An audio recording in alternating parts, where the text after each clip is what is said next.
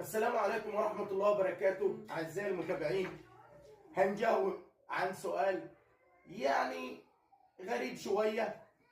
النهاردة كنا بنتداول الكلام، وحد اتكلم معانا في المكتب في قصة. فواحد بيتكلم بيقول القضية، والتاني بيقول الدعوة. النهارده دعاني الكلام لان انا اقول لك الفرق ما بين الجريمه والقضيه والدعوه. الجريمه اي فعل مجرم وحط القانون ليه عقوبه، ده جريمه. حتى لو ما راحش المحكمه، لو ما دخلش النيابه، لو ما اتقبضش عليها، طول ما انه ارتكب الفعل هو مرتكب لجريمه.